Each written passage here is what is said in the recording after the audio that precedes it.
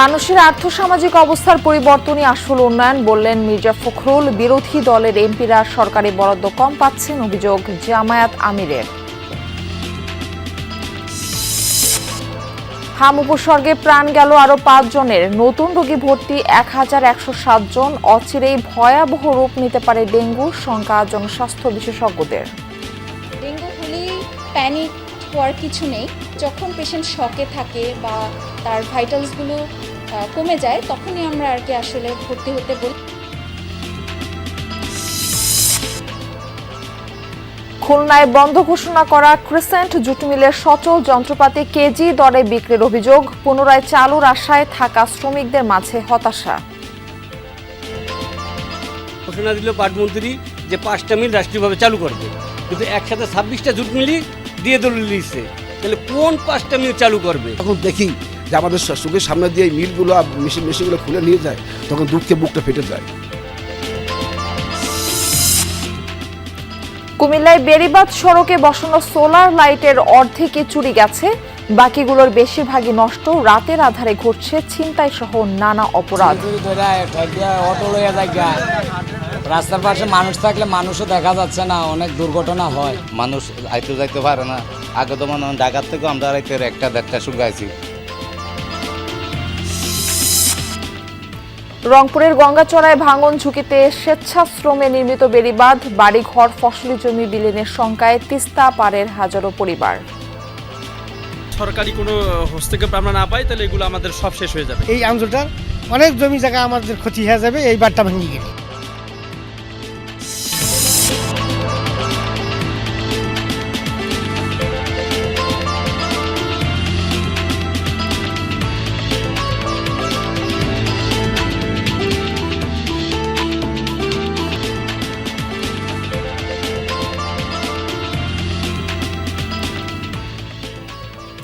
আমন্ত্রণ, বিরতিহীন সংবাদ সারা দেশে আপনাদের সঙ্গে থাকছি আমি মারফি রহমান। এতক্ষণ শিরোনাম দেখছিলেন।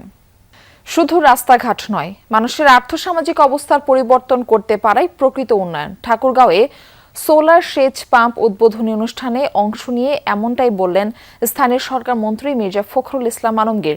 তিনি আরও বলেন, রাস্তাঘাট, মসজিদ, মাদ্রাসা এবং অবকাঠামোগত উন্নয়নের সরকারের দায়িত্ব। তবে প্রকৃত উন্নয়ন সেটাই যার মাধ্যমে সাধারণ মানুষ উপকৃত হয়। সাশ্রয়ী এবং পরিবেশ বান্ধব সোলার সেচ পাম্প তৈরি করে তাক লাগিয়ে দিয়েছেন ঠাকুরগাঁয়ের সাইকেল মেকানিক সোলেমান আলী। সকালে ঠাকুরগাঁয়ের রায়পুর ইউনিয়নে সোলেমান সোলার সেচ পাম্পের উদ্বোধন করেন স্থানীয় সরকার মন্ত্রী মির্জা ফখরুল ইসলাম আলমগীর। বলেন, রাস্তাঘাট, মসজিদ, মাদ্রাসা এবং অবকাঠামোগত উন্নয়ন করবে সরকার, তবে সোলেমানের উদ্ভাবন থেকে মানুষ উপকৃত হবে। এটাই প্রকৃত উন্নয়ন।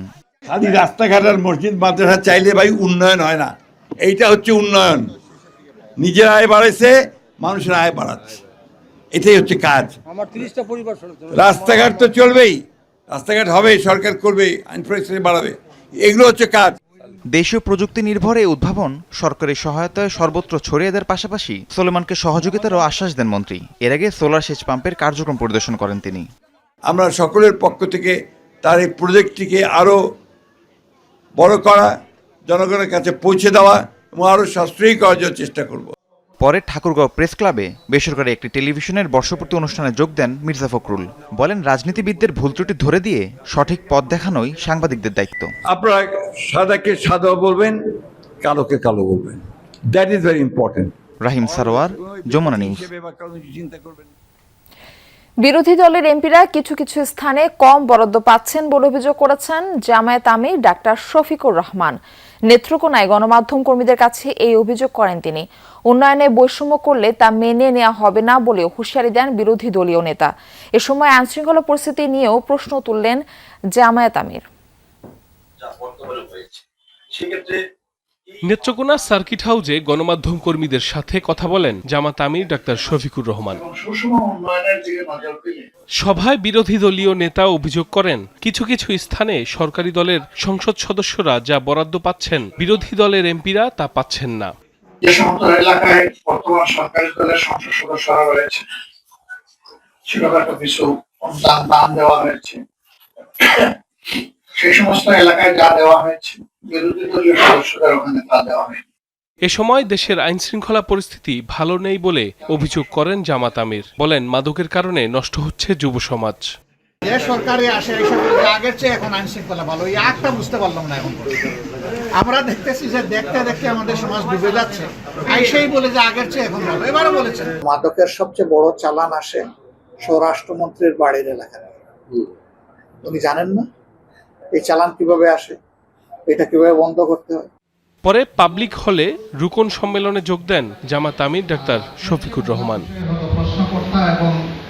সাইফ আহমেদ, যমুনা নিউজ। হাম ও উপসর্গ নিয়ে আজও 5 জনের মৃত্যু হয়েছে। নতুন রোগে ভর্তির সংখ্যা 1107। তবে গত এক সপ্তাহে তুলনামূলক কমে আসছে নতুন ভর্তির সংখ্যা। রাজধানীর 2টি হাসপাতাল ঘুরে মিলেছে এই চিত্র। তবে ঢাকার বাইরে এখনো শিশুরা আক্রান্ত হচ্ছে হামে। মহাখালীর সংক্রামক ব্যাধি হাসপাতালে হাম উপসর্গ নিয়ে ভর্তি আছেন 35 জন। এর মধ্যে সাধারণ ওয়ার্ডে 33 জন, আইসিইউতে 2 জন। আক্রান্তদের অনেকে গেল কদিন ধরেই হাসপাতালে ভর্তি। কয়েকজন সুস্থ হয়ে ফিরেছেন বাড়ি। গত কয়েকদিনে হচ্ছে পেশেন্ট কম তুলনামূলক। আমাদের আগে যেমন 80 জন 70 জন পেশেন্ট ভর্তি থাকতো, গত কম 50-এর নিচে থাকে আর কি পেশেন্ট আমাদের হামের রোগী, মানে তুলনামূলক কমে গেছে আর কি। আমরা যেমন দিনে আগে হচ্ছে 35-36 বা 50 জন পেশেন্টও ভর্তি দিতাম, এখন এরকম আসতেছে না। দিনে হয়তো 5-6 জন পেশেন্ট আসতেছে আমাদের হসপিটালে। 1-2 মাসে আমাদের হচ্ছে হামে মানে মিজেলসে মারা গেছে বা এরকম পেশেন্ট আমাদের কম নাই একদম। সিলেটে গেল 24 ঘন্টায় হামের উপসর্গ নিয়ে প্রাণ গেছে আরও এক শিশুর। প্রাদুর্ভাব শুরুর পর শুধু এই বিভাগে 85 জনের মৃত্যু হলো। জেলার বিভিন্ন হাসপাতালে গত 24 ঘন্টায় নতুন করে ভর্তি হয়েছেন 87 জন। চিকিৎসাধীন আছেন 281 জন। এছাড়া ময়মনসিংহ, চট্টগ্রাম, বরিশাল ও রাজশাহী বিভাগের বিভিন্ন জেলার হাসপাতালে হাম আক্রান্ত ও উপসর্গ নিয়ে রোগী ভর্তি আছেন। তাপ আছে, জ্বর আছে, কাশি আছে, এরপরে আমার ডায়রিয়াও আছে। আমরা ভর্তি আসছিলাম ঈদের আগে, 5 দিন আসছিলাম। খাইতে চাই কিন্তু এই যে মুখে ঘাও খাইতে পারে না।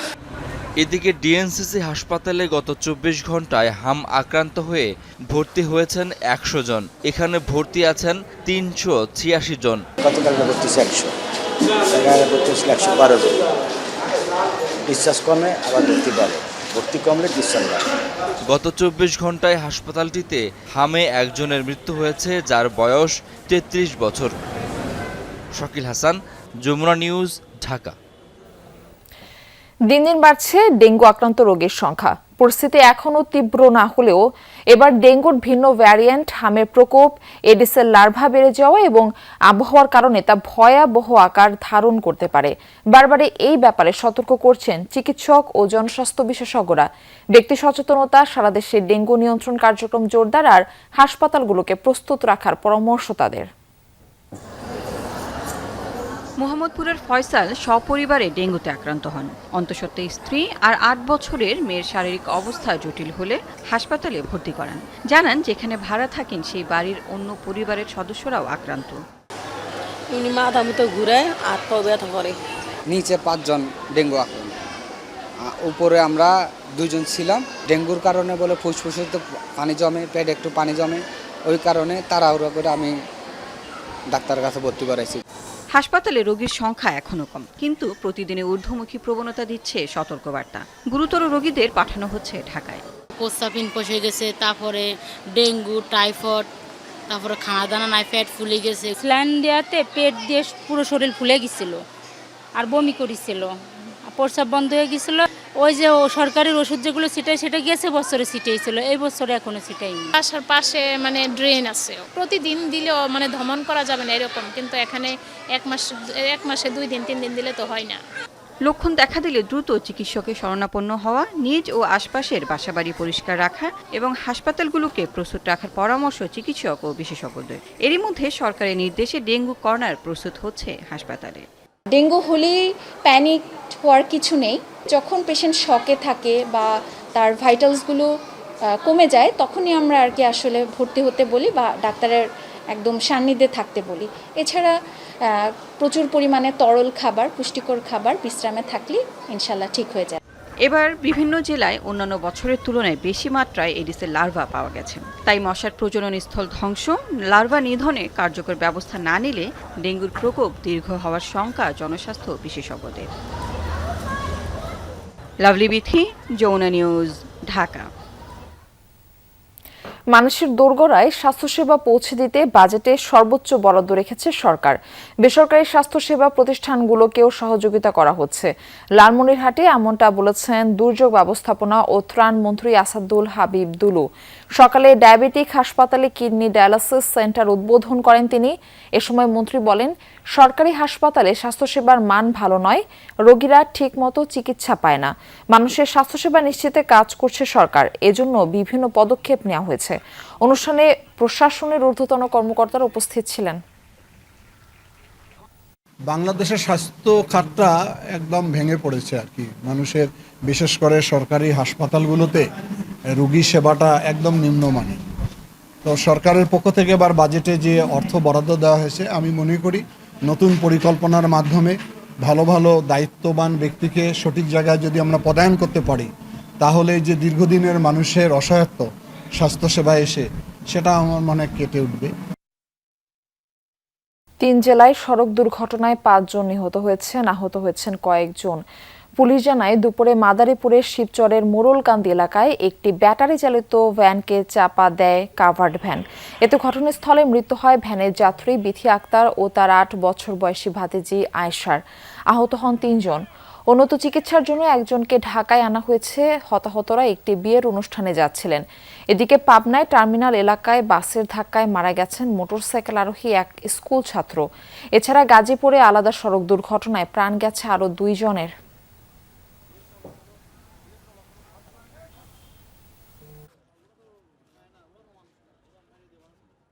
আম্মু হলো পিকআপের নিচে পড়ে গেছে, আর পিছে আসলে কাকা তো বই না, মামা তো মানে সুজা পাইব পড়ছে, আর হলো কাকা তো বই হলো যায় বাড়ি খেয়েছে, বাড়ি খেয়ে পড়ছে। ওষুধের পিকআপ গাড়ি আর ভ্যান, ওই দুটো সামনাসামনি অ্যাক্সিডেন্ট হয়ে এই দুর্ঘটনা ঘটে। 2 জন মারা গেছে আর 2 জন আহত। সম্পূর্ণ চালু অবস্থায় বন্ধ হয়ে যায় বাংলাদেশের দ্বিতীয় বৃহত্তম রাষ্ট্রায়ত্ত পাটকল খুলনার দি ক্রিসেন্ট জুট মিলস।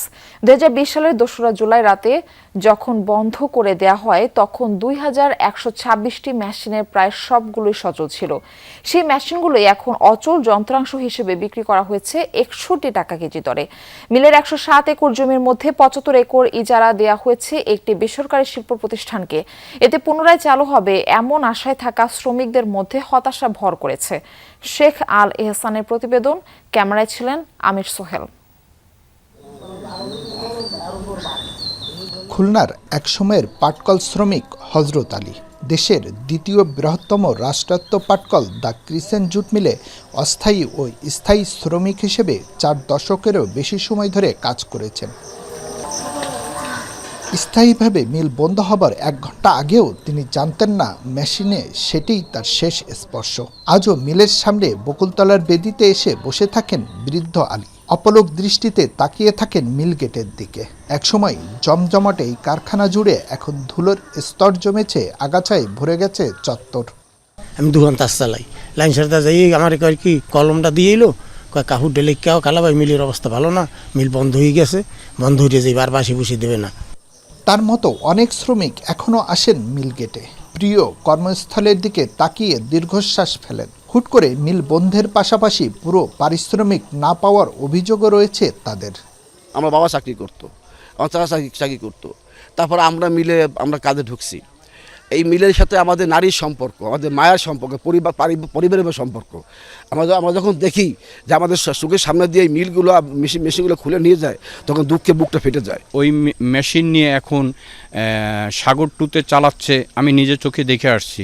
সেখানে যদি চলতে পারে তো এই মেশিন তো অযোগ্যর কোনো কারণেই আমি দেখতেছি না। ঘোষণা দিল পাটমন্ত্রী যে 5টা মিল রাষ্ট্রীয়ভাবে চালু করবে, কিন্তু একসাথে 26টা জুট মিলই দিয়ে দিচ্ছে।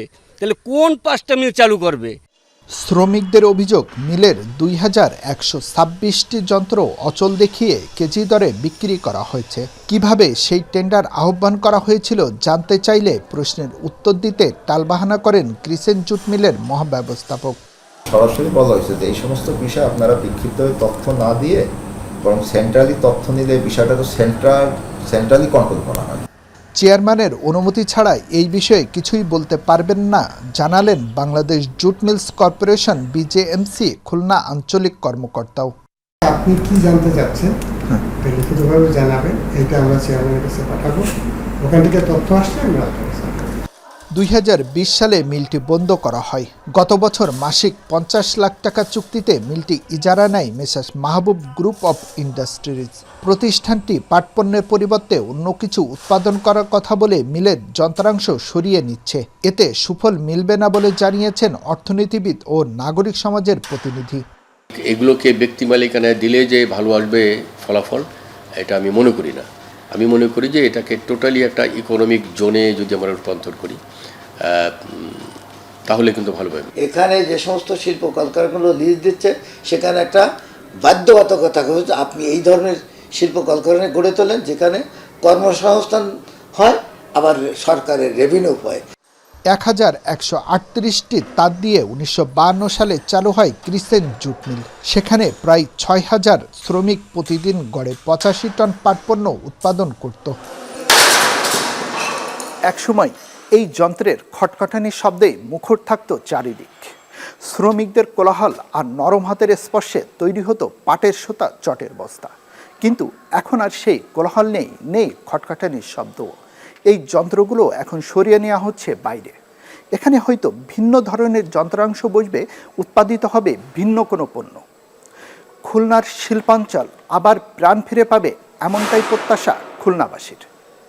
শেখ আল এহসান, যমুনা নিউজ, খুলনা। দেশের দ্বিতীয় বৃহত্তম চামড়ার আড়ত নাটোরের চক বৈদ্যনাথে বিরাজ করছে নানা সংকট।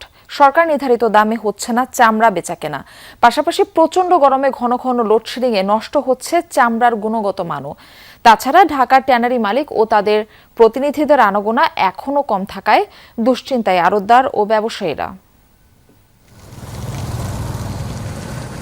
প্রতি বছরের মতো এবারে উত্তর ও দক্ষিণাঞ্চলের বিভিন্ন জেলা থেকে কোরবানির পশুর চামড়া এসেছে নাটোরের চক বৈদ্যনাথ আড়তে। এখনও বিভিন্ন স্থান থেকে লবণজাত চামড়া নিয়ে আসছেন ব্যবসায়ীরা।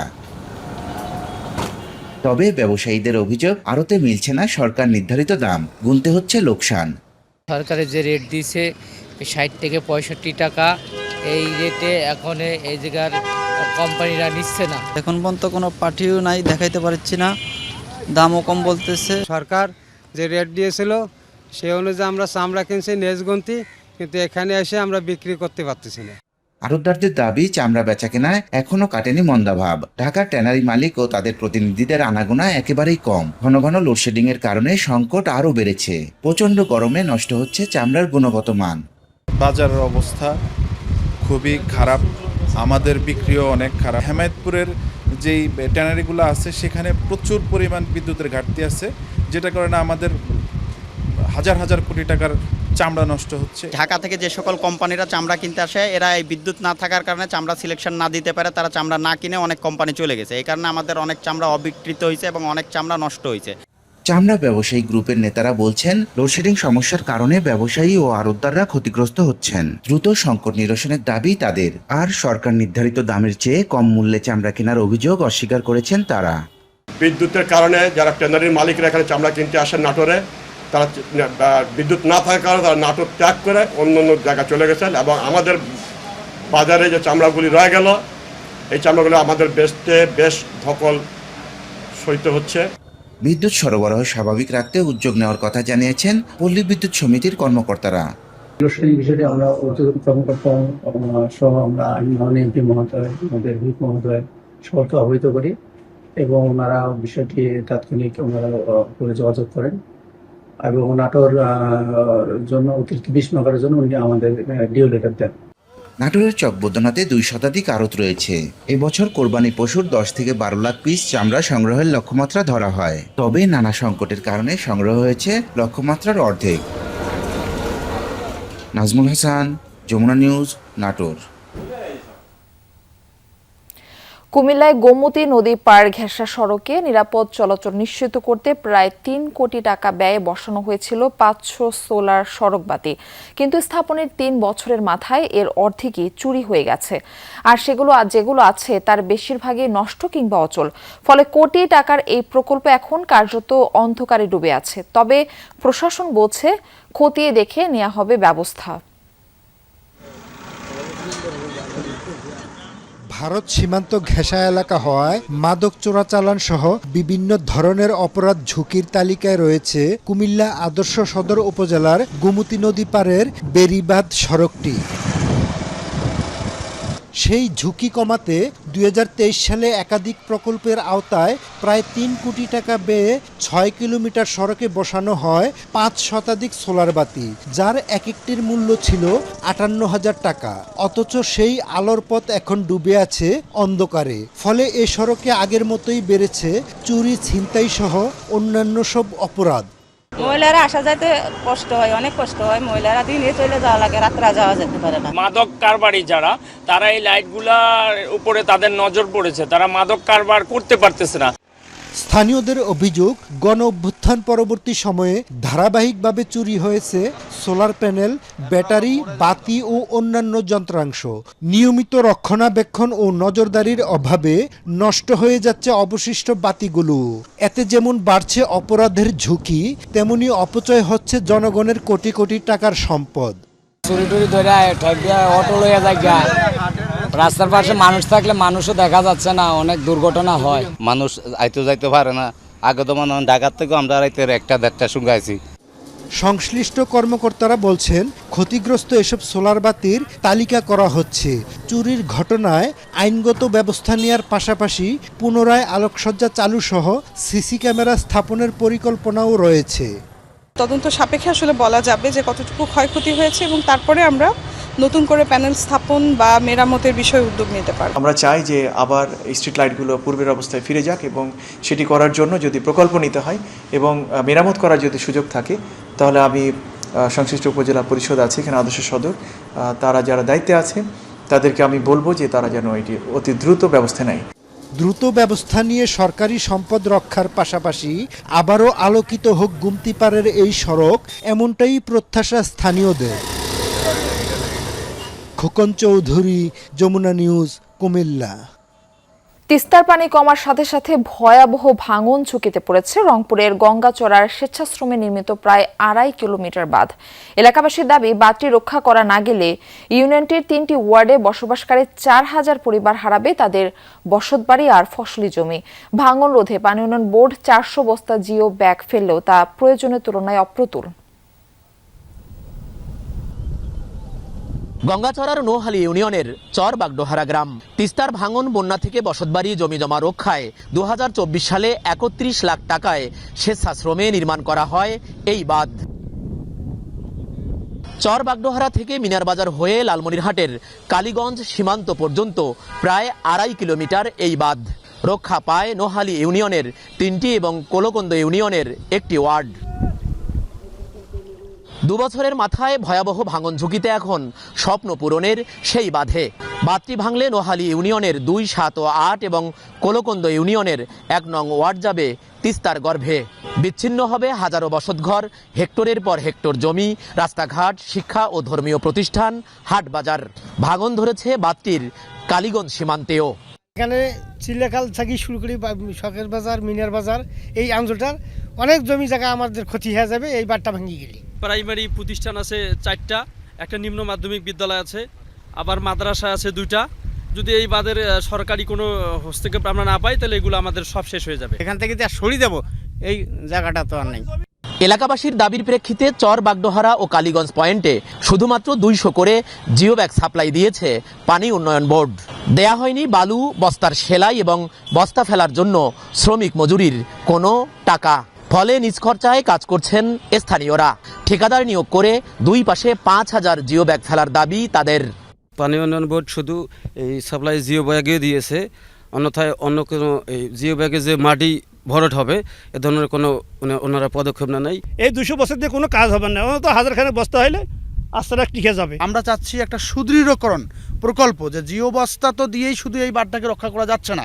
পানি উন্নয়ন বোর্ড বলছে পরিস্থিতি বিবেচনায় আরও জিও ব্যাগ ফেলার বিষয়ে ঊর্ধ্বতন কর্তৃপক্ষকে জানানো হয়েছে। ভাঙনের প্রকৃতি এবং ব্যাপকতা অনুসারে যেখানে যেটা প্রয়োজন সেভাবেই আমরা ঊর্ধ্বতন কর্তৃপক্ষের পারমিশন নিয়ে আমরা ঠিকাদার নিয়োগ করে কাজ বাস্তবায়ন করি। শুধু গুরুত্বপূর্ণ এই বাঁধেই নয়, ইউনিয়নটির চরনোহালী পশ্চিমপাড়া আশ্রয়ন প্রকল্প, কাচারিপাড়া বেড়িবাঁধ, মিনার বাজার বেড়িবাঁধ, চুলকানির মোড় বাঁধ সহ অন্তত 11টি পয়েন্টে এর মধ্যে দেখা দিয়েছে ভাঙন। গেল বছর এই বাঁধটি রক্ষায় স্থানীয়দের আবেদনের প্রেক্ষিতে উপজেলা প্রশাসনের হস্তক্ষেপে পানি উন্নয়ন বোর্ড 1,54,00,000 টাকার একটি প্রকল্প প্রস্তাবনা দেয়, কিন্তু এবছরও সেটি ফাইলবন্দি। সরকার মাঝারুল মান্নান, যমুনা নিউজ, চরবাগদোহারা, রংপুর। বিএনপির প্রতিষ্ঠাতা ও সাবেক রাষ্ট্রপতি জিয়াউর রহমানের ৪৫তম শাহাদাত বার্ষিকী উপলক্ষে আশুলিয়ায় দিনব্যাপী ফ্রি মেডিকেল ক্যাম্প অনুষ্ঠিত হয়েছে। দুপুরে আশুলিয়া উচ্চ মাধ্যমিক বিদ্যালয় মাঠে ডাক্তার মেহেদী হাসানের উদ্যোগে মেডিকেল ক্যাম্পের আয়োজন করা হয়।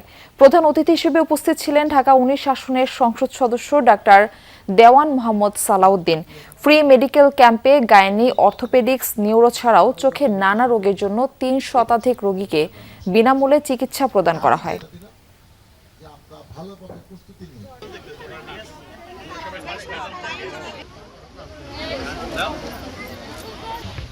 এরকম করলে আরো ভালো হবে। সরকারি পাশাপাশি বেসরকারি উদ্যোগে করলে আসলে যারা অবহেলিত, বঞ্চিত, যাতে ওরকম টাকা পয়সা নাই, তারা কিন্তু এখান থেকে অনেক উপকৃত হবে। রাজশাহীতে পদ্মা নদী সহ সকল নদ নদী রক্ষা ও দূষণ প্রতিরোধের দাবিতে run for Padma mini marathon অনুষ্ঠিত হয়েছে। সকালে নগরের লালন শাহ মুক্ত মঞ্চে 7.5 কিলোমিটার দীর্ঘ এই ম্যারাথনের উদ্বোধন করা হয়। ফুড অফিস মোড় ঘুরে আবার মুক্ত মঞ্চে এসে শেষ হয় ম্যারাথন। অংশ নেন 550 জন। অনুষ্ঠানে প্রধান অতিথি হিসেবে উপস্থিত ছিলেন রাজশাহী সিটি কর্পোরেশনের প্রশাসক। তিনি বলেন, সকলের সচেতনতার মাধ্যমে পদ্মাসহ সকল নদ নদীকে সুরক্ষিত রাখা সম্ভব।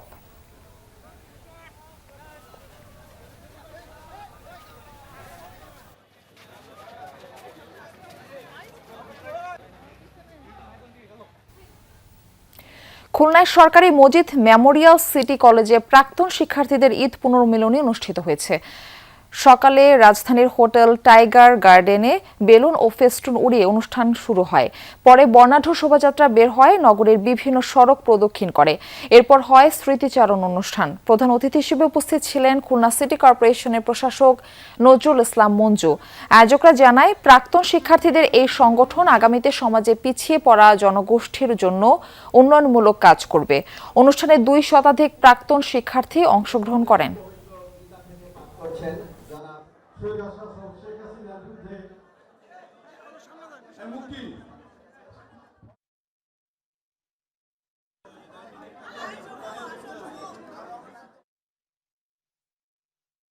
শিক্ষা প্রতিষ্ঠানটির জন্য আমরা আমাদের গর্বের শিক্ষার জন্য আমরা গর্ববোধ করি এবং এটি আরও বৃহৎ শিক্ষা প্রতিষ্ঠান হোক। প্রয়োজনে এটিকে আরও সম্প্রসারণ করা যেতে পারে, এর হোস্টেলকে সম্প্রসারণ করা যেতে পারে। এটা উন্নয়ন কার্যক্রমের মধ্যে দিয়ে এটি অনন্য প্রতিষ্ঠান হিসেবে রূপ লাভ করবে বলে আমাদের আশাবাদ।